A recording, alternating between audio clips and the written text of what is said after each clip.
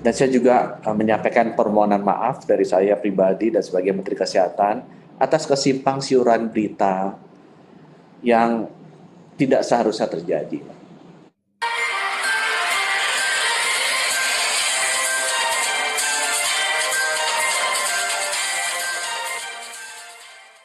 Halo sahabat Inspirasi News, Gubernur DKI Jakarta Bapak Anies Baswedan mengapresiasi klarifikasi dan permintaan maaf dari Menteri Kesehatan RI Budi Gunadi Sadikin terkait kategorisasi dalam penilaian situasi Provinsi DKI Jakarta.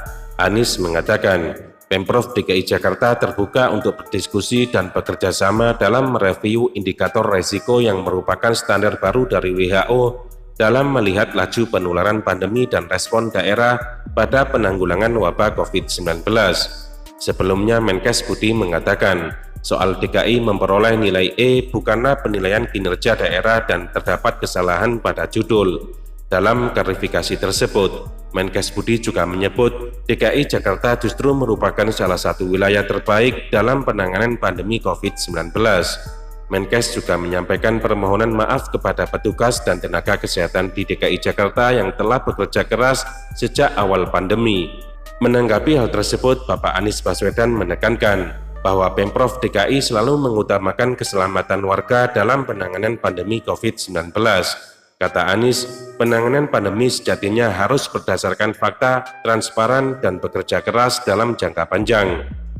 Penilaian dengan skema seperti yang sempat dikeluarkan oleh Wamenkes itu justru beresiko mengganggu kerja serius penanganan pandemi, kata Bapak Anies melalui siaran pers Pemprov DKI Jakarta pada Jumat 28 Mei. Untuk itu, kami mengapresiasi klarifikasi Pak Menkes. Pak Menkes paham betul dan sudah terbiasa kerja berbasis sains dan bukti lapangan, sambungnya.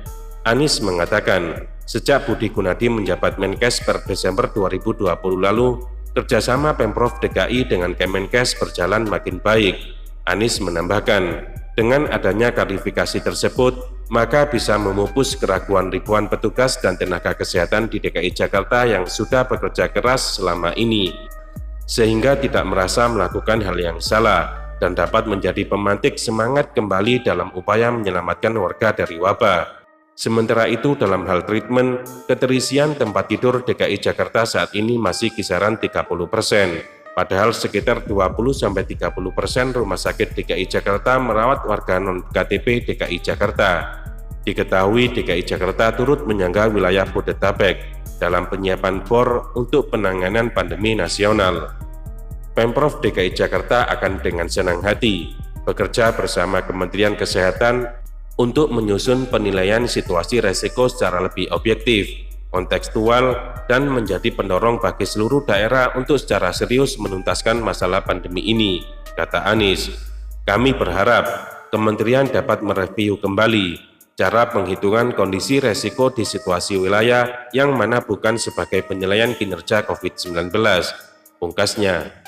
Bahwa indikator risiko ini tidak seharusnya menjadi penilaian kinerja, apalagi menjadi penilaian kinerja di salah satu provinsi yang sebenarnya adalah salah satu provinsi yang terbaik dan tenaga kesehatannya juga sudah melakukan hal-hal yang paling baik selama ini yang mereka bisa lakukan.